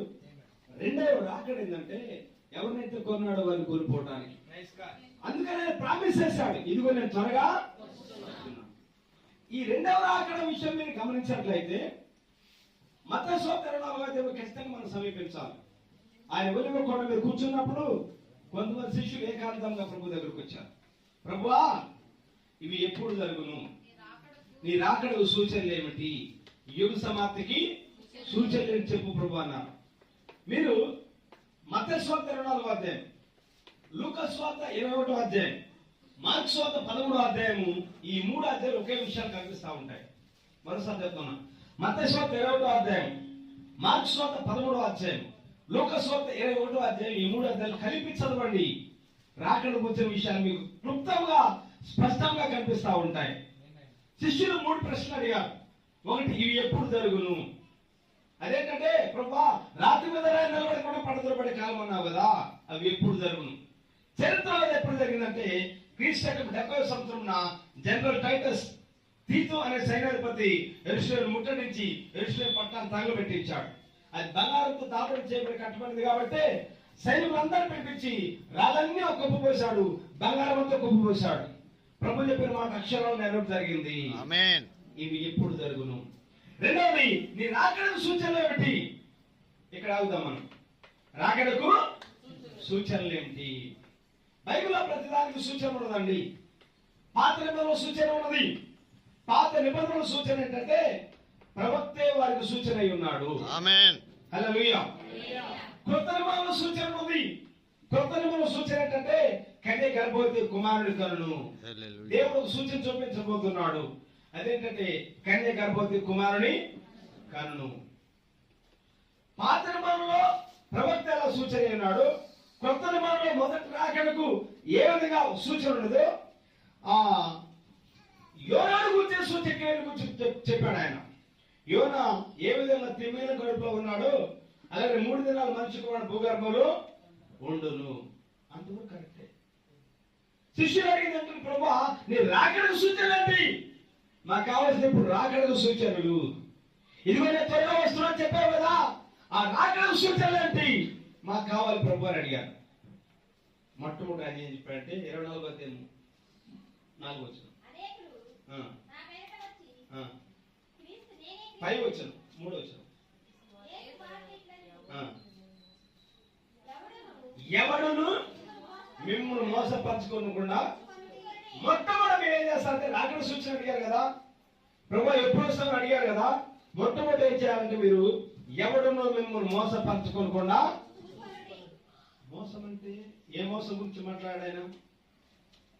ఒకసారి పేపర్లు వేశారు, మీరు డబ్బు సంపాదించడం ఎలా తెలుసుకోవాలంటే ₹1 పంపించండి అన్నాడు. ₹1 ఏమో పంపించండి చెప్తానన్నాడు. ₹1 కదండి కొన్ని 100 మంది పంపించారు. అన్ని అయిపోయిన తర్వాత మళ్ళీ పేపర్ స్టేట్మెంట్ ఇచ్చాడు, డబ్బు సంపాదించే మార్గం ఇదే అని రాశాడు. అదొక రకమైన మోసం. ఆ మోసం గురించి కాదు ఇక్కడ చెప్పేది. మీరు మార్కెట్లో ఎక్కడ చూసాంత మోసం, కొట్ల మోసం, బయట మోసం, ఆ మోసం గురించి కదా చెప్పింది ఇక్కడ. ఏదైనా అవమాన మోసపరిచిన పోవాలి. ఇప్పుడు సంఘంలో నిలబడతా ఉన్నాడు. ఎవడు మిమ్మల్ని మోసపరచుకోవడం చూసుకోండి. అదేంటంటే ప్రకటన 6వ అధ్యాయంలోకి రావాలి ఖచ్చితంగా మనము. 6వ అధ్యాయంలో 4 గుర్రాలు ఉన్నాయి, 4 జీవులు ఉన్నాయి. ప్రకటన 6వ అధ్యాయంలో 4 గుర్రాలు ఉన్నాయి, 4 జీవులు ఉన్నాయి. మొదటి గుర్రము తెల్లని గుర్రము, రెండవ గుర్రము ఎవరండి ఫాస్ట్ చదవండి లేకపోతే నేను చెప్తా. ఎందుకంటే బైబిల్ మేము అట్లా చదివాం, పిచ్చి చదివాం. సగం తెలియకుండా రాలేదు. ఇదే భద్రాచలం దగ్గర కొత్తగూడెంలో ముస్లింలు డిబేట్ పిలిచారు. వాళ్ళు ఇంటికి వెళ్ళి యేసు ప్రభు దేవుడు కాదు, యేసు ప్రభు దేవుడు కాదు అని అంటా ఉంటే పాస్టర్లతో ఛాలెంజ్ చేస్తా ఉన్నారు. అక్కడ వాళ్ళు నేను పాల్గొని చెప్తా ఉన్నా స్పీకర్. వాళ్ళు అన్నారు విజయవాడలో సాల్మన్ గారు ఉన్నారు, పిలుస్తాము మాట్లాడతారు అన్నారు. పిలిపించండి అన్నారు. నేను వెళ్ళాను. వాళ్ళు మసీదులోకి వెళ్ళిపోయాం. మేము 10 మంది కలిసి బైక్లు వేసుకొని మసీదులోకి వెళ్ళిపోయాం. వాళ్ళ తరఫున ఒకతను ఉంచున్నాడు, మా తరఫున నేను ఉంచున్నాను. జస్ట్ ఆ బైబిల్ కూడా తీయలేదు, నేను జిప్పు తీసి పక్కన పెట్టినా. బైబిల్ జిప్పేసి అంతే. 200 రిఫరెన్స్ చూడకుండా మాట్లాడాను నేను. యేసుక్రీస్తు దేవుడు రుజువు చేసి బయటకు వచ్చాను. ఒక పీని క్రిస్టియన్ క్రైస్తవురాలుగా ఎంతో సమయం సుధా చేస్తా ఉన్నాను. వయసు పెరుగుతున్నది, అనుభవం కానీ బైబిల్ ఎక్కడైందో మనకు అర్థం కాని పరిస్థితి. ఇక్కడ కూర్చొని సెంట్రల్ మినిస్టర్ గురించి మాట్లాడతాం మనం. ఒక న్యూస్ పేపర్ చదివితే బాగా చెవులుగా గంట మొత్తం చదువుతా ఉంటాం. బైబిల్ చదవమంటే చదవం మనం. బైబిల్ ఎక్కడుందో తెలియదు మనకు. అరే నీ ఇంట్లో విషయానికి బాగా తెలుసు కదా. మరి బైబిల్ యెహోవా అనే మాటకు అర్థం ఏంటంటే కుటుంబముతో ఉన్నాడని అర్థం. నీకు నీ కుటుంబం విషయాలు ఎలా తెలుసో ఈ బైబిల్లో దేవుని కుటుంబ సభ్యులు ఉన్నారు. అబ్రాహాము, ఇస్సాకు, యాకోబు, ఏలి, ఎలీషా, ఎస్తేరు వీళ్ళందరూ దేవుని కుటుంబ సభ్యులు. వారి గురించి తెలుసుకోవడం నీ బాధ్యత అయినది. టైం సుధా చేస్తా ఉంటాం, కాలయాపన చేస్తా ఉంటాం, ముసలం ముంచంతో కాలయాపన చేస్తా ఉంటాం, అటు తిరుగుతా ఉంటాం, ఇటు తిరుగుతా ఉంటాం, ఇంట్లో అసలు ఉన్నాం, బైబిల్ చదవలే మనం. మన బాధ్యత, దేవుడు నీ రెస్పాన్సిబిలిటీ. హల్లెలూయా. అప్పుడు మీరు ఏ కంగారు పడద్దు, మీరు జాగ్రత్త గమనించాలి. ప్రకటన 6వ అధ్యాయంలో 4 గుర్రాలు ఉన్నాయి, 4 జీవులు ఉన్నాయి. ఈ ఒక్క గుర్రాన్ని ఒక జీవి ఎదుర్కొంటుంది. మొదటి గుర్రము తెల్లని గుర్రము, రెండవ గుర్రము ఎర్రని గుర్రము, తర్వాత 5వ వచనం. మూడవది నల్లని గుర్రము, 4వది 7వ వచనం పాండురంగు రంగు గల గుర్రం. ఇవన్నీ రాకడకు సూచనలు. అయితే ఒక్కొక్క గుర్రాన్ని దేవుడి తరపున జీవులు పంపించాడు. 4 గుర్రాలేమో దయ్యానికి సంబంధించినవి, 4 జీవులేమో దేవునికి సంబంధించినవి. హల్లెలూయా. 4 గుర్రాలు దయ్యము సంబంధించినవి, 4 జీవులను దేవుని పక్షాన పోరాటానికి పంపించబడిన జీవులై ఉన్నవి. హల్లెలూయా. తెల్లని గుర్రము మతాధికారము. చరిత్రలో మతము ద్వారా మార్గాన్ని మూసేయాలనుకున్నారు, కానీ స్టెఫన్ యొక్క ఆత్మను వారు ఎదిరించలేకపోయారు ఉంటుంది బైబిల్లో. అయితే ఆ తెల్లని గుర్రం ఎదుర్కోవడానికి దేవుడు ఒక జీవుని పంపించాడు. అది సింహం వంటి జీవై ఉన్నది. ప్రకటన 4:7.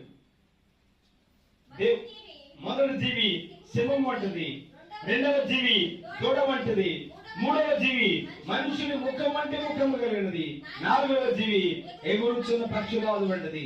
2000 సంవత్సరాల చరిత్రలో ఆదాము నుండి నోవా వరకు 2000 సంవత్సరాల చరిత్ర కదా. నోవా నుండి యేసుక్రీస్తు భూమి మీదకి రావడం 2000 సంవత్సరాల చరిత్ర కదా. యేసుక్రీస్తు మొదలుకొని ఇప్పటి వరకు 2000 సంవత్సరాల చరిత్ర దాటిపోయాం మనం. మీరు చరిత్రలో గమనిస్తే ప్రతి 2000 సంవత్సరాలకు ఏదో కార్యం భూమి జరుగుతున్నది. ఆదాము నుండి నోవా వరకు 2000 సంవత్సరాల చరిత్ర జల ప్రళయం భూమిని తాకింది. నోవా నుండి యేసుక్రీస్తు భూమికి రావడం 2000 సంవత్సరాల చరిత్ర. యేసుక్రీస్తు రక్తం భూమిని చిందించాడు ఆయన. యేసుక్రీస్తు మొదలుకొని ఇప్పుడు 2 సంవత్సరాలు దాటింది. మరి ఏదో కార్యం జరగాలేదా? హల్లెలూయా. ఈ 2000 సంవత్సరాల చరిత్రను దేవుడు 7 భాగాలు విభజించాడు. 7 పార్ట్స్ గా విభజించాడు. ఆ 7 భాగాలు మీరు ప్రకటన 2:3 చదివితే మీకు కనిపిస్తా ఉంటాయి.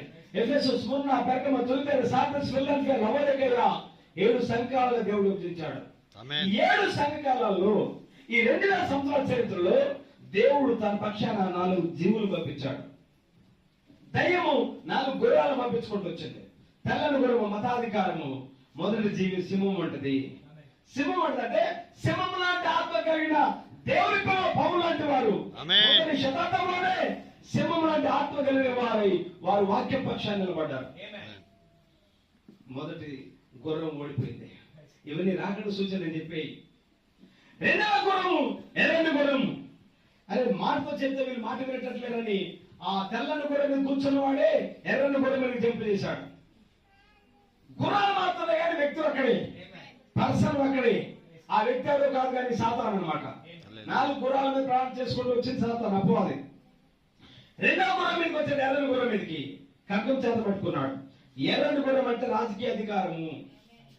ఎప్పుడైతే వాళ్ళు చరిత్రలో రోమన్ గోత్రంలో పరిపాలనకు వచ్చారో, రాజకీయ వాళ్ళ చేతిలోకి వచ్చిందో, మొట్టమొదటి వ్యక్తి కాన్స్టాంటిన్ చక్రవర్తి పోపు నుండి రాజకీయంలోకి వచ్చాడు. చరిత్రలో 6,80,00,000 మంది చంపించారు రోమన్ కాథలిక్స్. రెండవ జీవి ఏంటంటే దూడ వంటిది, ఎద్దు వంటిది. ఇంగ్లీష్ లో ఆక్షన్ ఉంటుంది. ఎద్దు లాంటి ఆత్మ కలిగిన వారు ఆ కాలంలో అక్కడ సాక్షులుగా తమను తాము వారు అర్పించుకున్నారు. రెండవ జీవి. మళ్ళా మూడవ గుర్రం ఏంటంటే నల్లని గుర్రము. అది వ్యాపారము, బ్లాక్ మార్కెట్ వ్యాపారం. ఆ పాపమైన పత్రాలు అమ్మటం, పోలీసులు పాపం చెప్పటం, విస్తారమైన చీకటి యుగంలో 3వ శతాబ్దం నుంచి 10వ శతాబ్దం వరకు చీకటి పరిపాలన కొనసాగించారు రోమన్ కాథలిక్స్. ఆ కాలంలో దేవుని పక్షాన ఒక జీవుని పంపించాడు. ఆ జీవులు ఎవరంటే మనుషుల ముఖం వంటి ముఖం కలిగిన జీవి. ఆ మనుషుల ముఖం అంటే ముఖం కలిగిన జీవి ఎవరంటే మార్టిన్ లూథర్ లాంటి వారు, జాన్ వెస్లీ లాంటి వారు. దేవుడు వారిని లేపి రోమన్ కాథలిక్ యొక్క 90 తప్పులను రోమ ప్రోత్సాహాలు కట్టేసేసి కాశీలను చర్చి కొట్టి ఆ వాక్యాన్ని బయటకు తీసుకొచ్చిన ఘనుడు వారు ఆ కాలంలో. హల్లెలూయా. ఆ తర్వాత మళ్ళీ 4వ గుర్రం మీకు జంప్ చేశాడు వాడు. 4వ గుర్రం ఏంటంటే పాండువర్ణం గల గుర్రం. పాండువర్ణం గుర్రం అంటే పేలు కలర్. అది ఇటు ముఖమైన పేలిపోయిన అంటారు చూడు, పేలిపోయిన రంగు, పాలిపోయిన రంగు. అది తెలుపు, నలుపు, ఎరుపు ఈ 3 రంగులు మిక్స్ చేయండి, ఏర్పడిన రంగుని పాలిపోయిన రంగు అన్నారు, పేల్ కలర్. అక్కడ వారి పేరు పెట్టబడింది. వారి పేరు మృత్యు అని ఉంటుంది. అక్కడ మొదటి గుర్రం మీద ఉన్నప్పుడు వాడి పేరు బయటపడలా, రెండవ గుర్రం మీద ఉన్నప్పుడు వాడి పేరు బయటపడలా, మూడవ గుర్రం మీద ఉన్నప్పుడు వాడి పేరు బయటపడలా, 4వ గుర్రం మీదకి వచ్చినప్పుడు వాడి పేరు బయటపడింది. వాడి పేరు మృత్యువు. అయితే 4వ జీవి ఎగురుచున్న పక్షి రాసబడ్డది. హల్లెలూయా. ఈ 4వ గుర్రాన్ని ఎదుర్కోవడానికి దేవుడు 4వ జీవులు పంపించారు రంగం మీదకి. అది మనం జీవిస్తున్న కాలం ఇది. ఆమేన్. మనం 6 సంఘాల చరిత్ర అయిపోయింది. మనం జీవించే సంఘకాలం ఏమనంటే లవోదిక సంఘకాలం అన్నారు. లవోదికయ అంటే అర్థం ఏంటంటే పెద్దల హక్కులు అని అర్థం. ఈనాడు అక్షరాలు అందరూ హక్కుల కోసం పోరాడుతున్నారు. కులాల వాళ్ళ హక్కుల కోసం, ఉద్యోగస్తుల వారి హక్కుల కోసం, స్టూడెంట్స్ వారి హక్కుల కోసం. ఇప్పుడు ఎందుకు ప్రతి వాడు ఫండమెంటల్ రైట్స్ కోసం పోరాడుతున్నాడు అంటే ఆ మాటకి అర్థం అది. లవోదికే సంఘకాలం మనం ఉన్నాం. 6 సంఘాల చరిత్ర అయిపోయింది. అన్ని కాలం కంటే అది భయంకరంగా చనిపోయిన కాలం ఏంటంటే ఈ లవోదిక సంఘాలు. ఎందుకంటే ప్రభు నాడు ఇదిగో నేను తలుపున తలుచుండి ఆ కాలంలోనే ఏ తలుపది అని తాత ముత్తాత వచ్చి నేర్పించాడు. కానీ దేవుడు ఇక్కడ సంఘంలో తలుపు తెలుసు తప్పుతున్నాడు. దేవుడు సంఘాల ప్రభువు స్థలం లేదు. ఏమన్నా సంఘాలు అంటారు. సంఘాల్లో ఆచారాలు ఉన్నాయి, సంఘాల్లో ఎలక్షన్లు ఉన్నాయి, సంఘాల్లో పెద్దరికాలు ఉన్నాయి, సంఘాల్లో పార్టీతత్వాలు ఉన్నాయి, సంఘాల్లో ముఠాతత్వాలు ఉంటున్నాయి.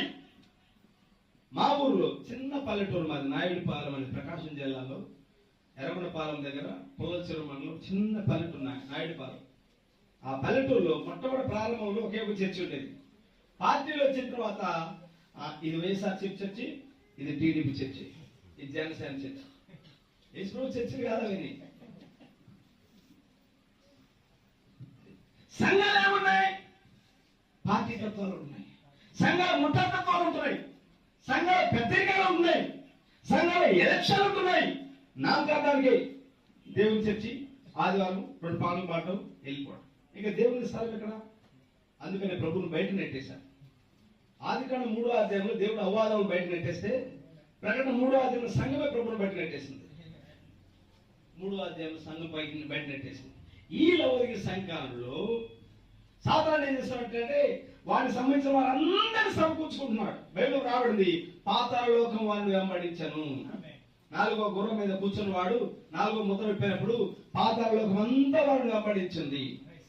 అయితే 4వ జీవి ఎగురుచున్న పక్షిరాజు. పక్షిరాజు ప్రధానమైన శత్రువు ఎవరంటే సర్పం. అది పక్షిరాజులో చాలా గుణ లక్షణాలు ఉన్నాయి. పాలస్తీనా దేశంలో 40 జాతుల పక్షిరాజులు ఉన్నాయి. ఒక్కొక్క రెక్క 7 అడుగులు ఉంటుంది పక్షిరాజు రెక్క. అది గొర్రె పొలను తీసుకొని ఆ గొర్రె చర్మాన్ని చీల్చి పైన గూడు కట్టుకుంది పక్షిరాజు. అది ఎగిరినంత ఎత్తు ఏ పక్షి ఎగరలేదు. పక్షి వేరు, పక్షి రాజు వేరు, డేగలు వేరు. పక్షిరాజు ఉన్నతమైన స్థాయిలో ఎగిరేది పక్షిరాజు. తుఫాను ఎగరడానికి బాగా ఇష్టపడుతుంది పక్షిరాజు. సూర్యుడికి ముఖాముఖ చూడలేదు పక్షిరాజు. అంత ఎత్తున ఉన్నా కింద ఉన్న గుండె పిల్లలు గమనించలేదు పక్షిరాజు. సుదూర దృష్టి కలిగినది. అది అంత ఎత్తున ఉన్న సర్పము చూసిననుకోండి ర్యాపిడ్ స్పీడ్ గా వచ్చి సర్పాన్ని పట్టుకుంటుంది. దాని శత్రువు పక్షిరాజు. పక్షిరాజును దేవుడు ప్రవక్తలుగా పోల్చాడు. 40 జాతుల పక్షిరాజులు ఉన్నాయి. ఈ బైబిల్ గ్రంథం 40 మంది ప్రవక్తలు రాశారు. 1600 సంవత్సరాల చరిత్ర బైబిల్ రాబడింది. 1500 సంవత్సరాల చరిత్ర పాత నిబంధన, 100 సంవత్సరాల చరిత్రలో కొత్త నిబంధన రాబడింది. ఈ 1600 సంవత్సరాల చరిత్రలో రాబడి బైబిల్ 40 మంది ప్రవక్తలు కలిసి రాశారు. అంటే 40 జాతుల పక్షిరాజులు 40 మంది ప్రవక్తల సాదృశ్యాలు. పక్షిరాజు ప్రవక్త సాదృశ్యమై ఉన్నది. కాబట్టి 4వ జీవి ఎగురుచున్న పక్షిరాజు. దేవుడు తనకు సంబంధించిన తన తరపున ఆ పక్షిరాజును పంపించాడు. ఇవన్నీ ఏంటి అంటే మన 5వ ముద్రలోకి వచ్చినట్లయితే బలిపీఠం కింద ఆత్మలు కనిపిస్తూ ఉంటాయి. బలిపీఠం కింద ఆత్మలు అంటే మరెవరో కాదు కానీ చరిత్రలో చంపబడినవారు స్టాలిన్, హిట్లర్, ఐక్మన్, ముస్సోలిని మొదలగు నియంత్రణ ద్వారా అతి కిరాతంగా చంపబడిన యూదులు ఉన్నారే, వారందరూ బలిపీఠం కింద ఉండి రివెంజ్ కోరుతున్నారు. ఒక హిట్లరే 60 లక్షల మంది చంపించాడు. మొత్తం చరిత్రలో మీరు గమనిస్తే ఒక హిట్లర్ 1,20 లక్షల మంది చంపించాడు. కానీ యూదులు మాత్రము 60 లక్షల మంది చంపించాడు. ఆ యూదులు బలిపీఠం కింద మొదలుపెడతా ఉన్నారు, ప్రభా మా రక్తమే రక్తము ఎంతమంది తీర్పు తెచ్చుకుంటావు అని వారు రివెంజ్ కోరుకుంటున్నారు. ప్రతిదండన అడుగుతా ఉన్నారు. 5వ ముద్ర, 6వ ముద్ర, ఇవి 6వ ముద్ర తీర్పు ముద్ర. ఇవన్నీ ఎందుకు ప్రభు చెప్పాడంటే రాకడకు ఎదురు త్వరగా వస్తున్నారు అన్నారు కదా, దానికి ముందుగా ఈ కార్యాలు జరుగుతూ ఉన్నాయి. ఇంకా ఈ కార్యాలు గ్రహించండి అని చెప్పాడు. ఇప్పుడు ప్రాముఖ్యమైన విషయంలోకి వెళ్తాం. మత్తయి సువార్త 24వ అధ్యాయం 24వ అధ్యాయం అంతవరకు 32 వచ్చింది.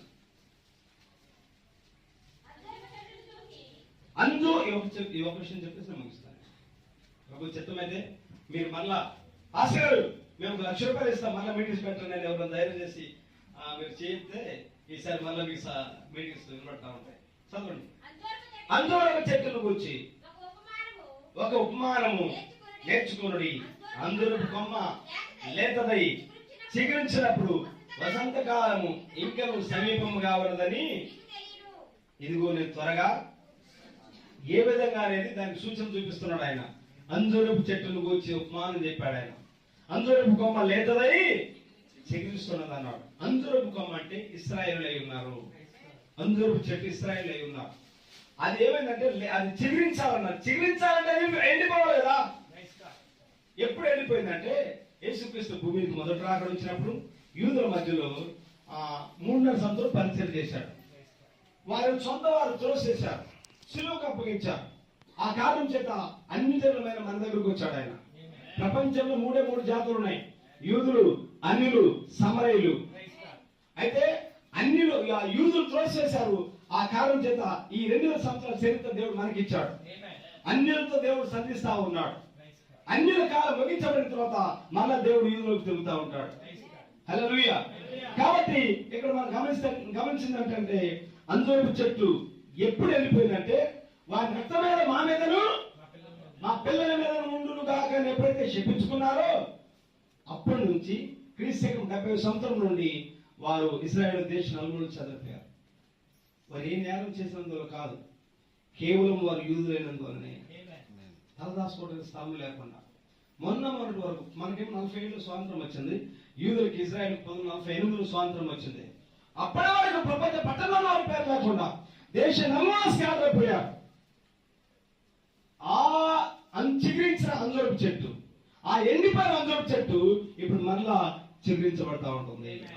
ఇప్పుడు మళ్ళా ప్రపంచ దేశంలో చాలా మళ్ళా తిరిగి వారు వాగ్దాన దేశంలో ఉన్నవి చిగురించినట్టరా? ఇజ్రాయెల్ అందరూ వాగ్దాన దేశం చేరారంటారా? చదువుకున్న వాళ్ళందరూ తెలుసు చరిత్రలో వారందరూ వాగ్దాన దేశం చేరారు. ఇప్పుడు వారికి ఒక ఆరాధన ఉంది, వారి ప్రవక్తలు ఉన్నారు, వారికి మందిరం ఉన్నది, వారికి అన్ని సమకూర్చబడ్డాయి. వారికి ఇజ్రాయెల్ జాతీయ జెండా ఉన్నది. 6 నక్షత్రంతో వెలుగుతున్న డేవిడ్ స్టార్ ఉన్నది. వారికి లేఖనాలు ఎవరు జరుగుతున్నాయండి. మనకేమీ అర్థం కాని పరిస్థితిలో మనం ఉన్నాం. అంజూరు చెట్టు గురించి చెప్పాడు ఆయన. చివరిలో కూడా చెప్పేసి ముగిస్తాను ఆయన. అదే 24వ మత్తయి సువార్త 27 వచనం. 24వ వచనం. మెరుపు తూర్పున పుట్టి పడమటికి ఎలా కనబడునో అలాగే మనిషి కుమారుని రాకడ ఉండును. 27 వచనం. ఇదిగో ఆయన మేఘారూఢుడై వచ్చు. 31 వచనం. మరియు ఆయన గొప్ప బూరతో తన దూతలను పంపును. వారు ఆకాశము యొక్క ఈ చివర నుండి ఆ చివర వరకు నలుదిక్కుల నుండి ఆయన ఏర్పరచుకొనిన వారిని పోగు చేయును. 27 వచనం ఏం రాశారంటే మెరుపు తూర్పున పుట్టి పడమటికి ఎలాగ ఉంటుందో అలాగే ప్రభు యొక్క రాకడ ఉండును అన్నాడు. ఇదిగో ఆయన మేఘారూఢుడై వచ్చున్నాడు అని రాయబడింది. ప్రకటన 1:7. 1:7 చదువుతారు. 35 ప్రకటన 1:7. మేఘారూఢుడై వచ్చుచున్నాడు. ఇప్పుడు 30 వచ్చిన చదవండి. 24:30. అప్పుడు మనిషి కుమారుడు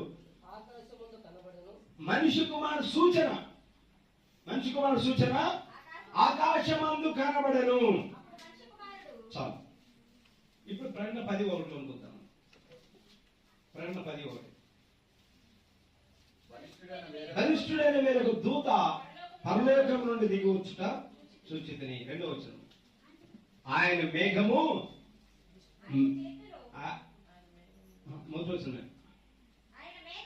ఆయన మేఘము ధరించుకొని ఉండెను. చాలు. ఈ మత్తయి సువార్త 24వ అధ్యాయం యొక్క ప్రవచనం నెరవేర్పే 10వ అధ్యాయం. ప్రకటన 10వ అధ్యాయం. ఇదిగో ఆయన మేఘము ధరించుకొని ఉండెను. మీరు గమనించండి. 1963 సంవత్సరం నేను చెప్పాను, యూట్యూబ్ నెట్ లో ఉంటాయి. 1963 సంవత్సరం ఫిబ్రవరి 28వ తారీఖున భూమి మీద నుండి 26 మైళ్ళ ఎత్తున ఒక అసాధారణ మేఘం కనపడింది. సూపర్ న్యాచురల్ క్లౌడ్ అది. సహజంగా అంత ఎత్తున మేఘాలు ఉండవు. మన 4-5 మైళ్ళ ఎత్తులోనే ఉన్నాయి. కానీ 26 మైళ్ళ ఎత్తున ఒక మేఘం ప్రత్యక్షమైంది. ఆ మేఘం పొడవు 50 మైళ్ళు ఉంది, వెడల్పు 30 మైళ్ళు ఉంది. ఆ మేఘం ప్రత్యక్షమైనప్పుడు సైంటిస్టులు ప్రజలు విని 35 ప్రాంతాల్లో 85 ఫోటోలు తీశారు. వాతావరణ పరిశోధకుడు జేమ్స్ మెక్డొనాల్డ్ అని ఆయన ఆ విషయాలను సేకరించి లైఫ్ అనే పత్రికలు రాశారు. ఇంటర్నేషనల్ మ్యాగజైన్స్ లైఫ్ సైన్స్ పత్రికలు. ఆ పత్రికలు ఏం రాశారంటే still it is a mystery to science అని రాశారు. అంటే సైన్స్ కే ఇది మరమయుక్తమైన అని రాశారు. వారికేమో మరమయుక్తమైన మేఘం అని రాశారు. కానీ అది ప్రకటన 10వ అధ్యాయం నెరవేర్పు. ప్రకటన 10 ఏంటంటే బలిష్ఠుడి వేరకు దూతడికి వస్తా ఉన్నాడు. ఆయన మేఘం ధరించుకుని ఉండేను. ఆయన చేతులు పడిన చిన్న పుస్తకం ఉన్నది. ఇదిగో ఆయన మేఘాలనే వచ్చున్నాడు. ఇదిగో నేను త్వరగా వచ్చుచున్నా. ఇప్పుడు మొదటి రాకడలో ఆయన వచ్చినప్పుడు టైం పాస్ కోసం వచ్చాను కదా. ఇప్పుడు ఒక గొప్ప మల్టీ మిలియనర్ కానీ ధనవంతులు కానీ ఒక పేద ఇంటికి వెళ్ళి విజిట్ చేశాడు అనుకో. అక్కడికి వెళ్ళి ఆ ఇంటికి ఆ పేద ఇంటికి ఏ సాయం చేయకుండా వస్తే ఏమైనా అర్థం ఉందా? ఒక పెద్ద వ్యక్తి ఆ పేద ఇంటికి వెళ్ళాడంటే ఖచ్చితంగా ఆ ఇంట్లో ఏదో ఒక కార్యము చెయ్యాలి. అసలు ఇల్లు వాతావరణమే గుడిసెపోయి అక్కడ బిల్డింగ్ అవ్వాలి. అక్కడ హల్లెలూయా. అప్పుడు ఒక మనిషే ఒక ప్రాంతంలోకి వెళ్ళి అక్కడ పరిస్థితులు చూసినప్పుడు, అక్కడికి వచ్చినప్పుడు ఆ రాకడలు అక్కడ పరిస్థితులే మార్చబడతా ఉన్నప్పుడు మరి ప్రభువు వచ్చాడంటే ఆయన రాకడ జరగాలంటే ఏదో కార్యం జరగాలి కదా. మొదటి రాకడలో టైం పాస్ కోసం రాలేదు, కానీ తనకు సంబంధించిన వారిని వెతుకోవడానికి వచ్చాడు ఆయన.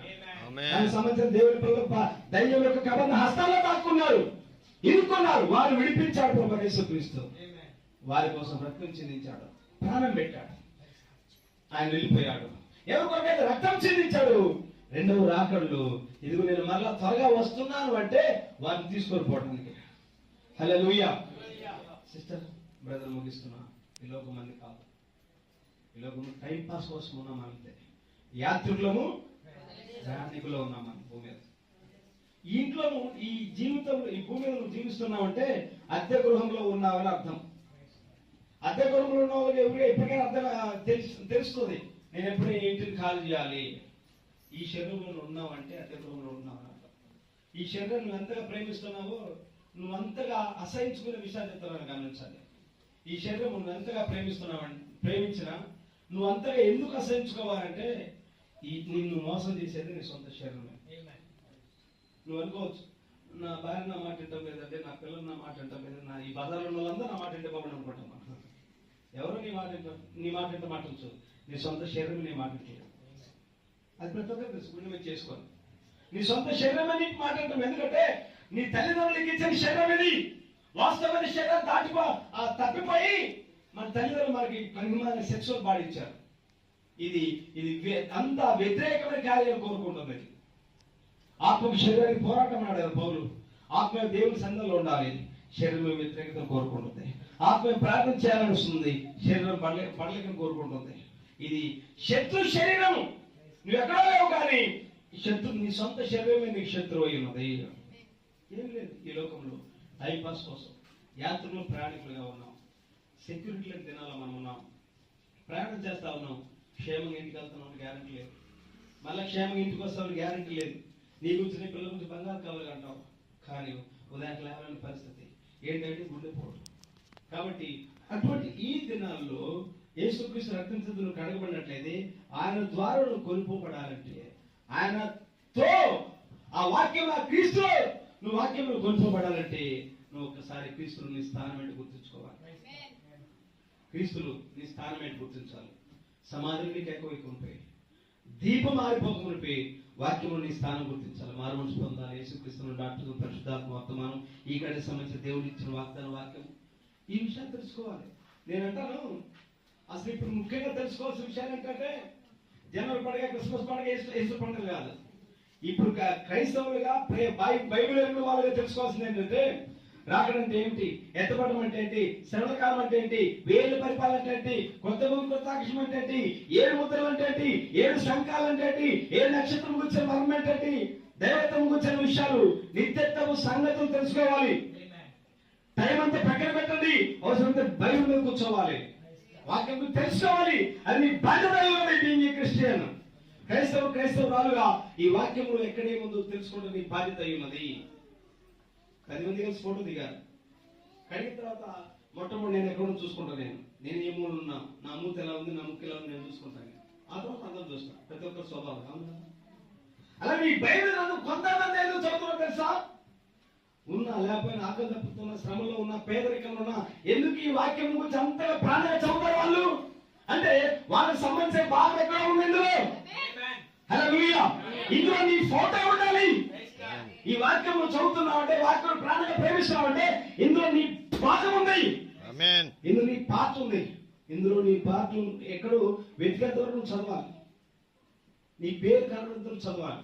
పేరంటే దిబ్బం అనే పేరు ఇక్కడ ఉండదు. ఆ పేర్లు కాదు, కానీ క్యారెక్టర్ కనిపిస్తా ఉంటుంది. బైబిల్ చదువుతున్నప్పుడు యోబు గురించి చదువుతున్నావు అనుకో, యోబు క్యారెక్టర్ నీలో రిఫ్లెక్ట్ అవుతా ఉంటుంది. ఎస్టైల్ గురించి చదువుతున్నావు అనుకో, ఎస్టైల్ యొక్క క్యారెక్టర్ నీ జీవితానికి అన్వయించడం జరుగుతూ ఉంటుంది. అలా చదివినప్పుడు ప్రభా ఈ బైబిల్ భక్తులు నా జీవితంలో చదువుతున్నప్పుడు నా జీవితంలో నేను చూసుకుంటున్నాను అని నీకు అర్థం కావాలి. అప్పుడు క్రీస్తు స్థానాన్ని పొందుకుంటావు. ఆ క్రీస్తులో స్థానంగా ఉన్నట్లయితే ఆయన ఎక్కడ ఉంటాడు, నువ్వు అక్కడ ఉంటావు. ఇదిగో నేను త్వరగా వస్తున్నాను. ఎందుకు వచ్చేది? ఆయన సంబంధించిన వాళ్ళు కోల్పోవటానికి. ఆయన ఎక్కడ ఉంటే నువ్వు అక్కడ ఉంటావు. హల్లెలూయా. ఇదిగో నేను త్వరగా, మొదటి రాకడలో రక్తం చిందించడానికి వచ్చాడు, నన్ను కొన్నాడు. రెండవ రాకడలో వచ్చి టైం కోసం వెళ్ళిపోవడానికి కాదు, కానీ నిన్ను కొనిపోవటానికి. హల్లెలూయా. హల్లెలూయా.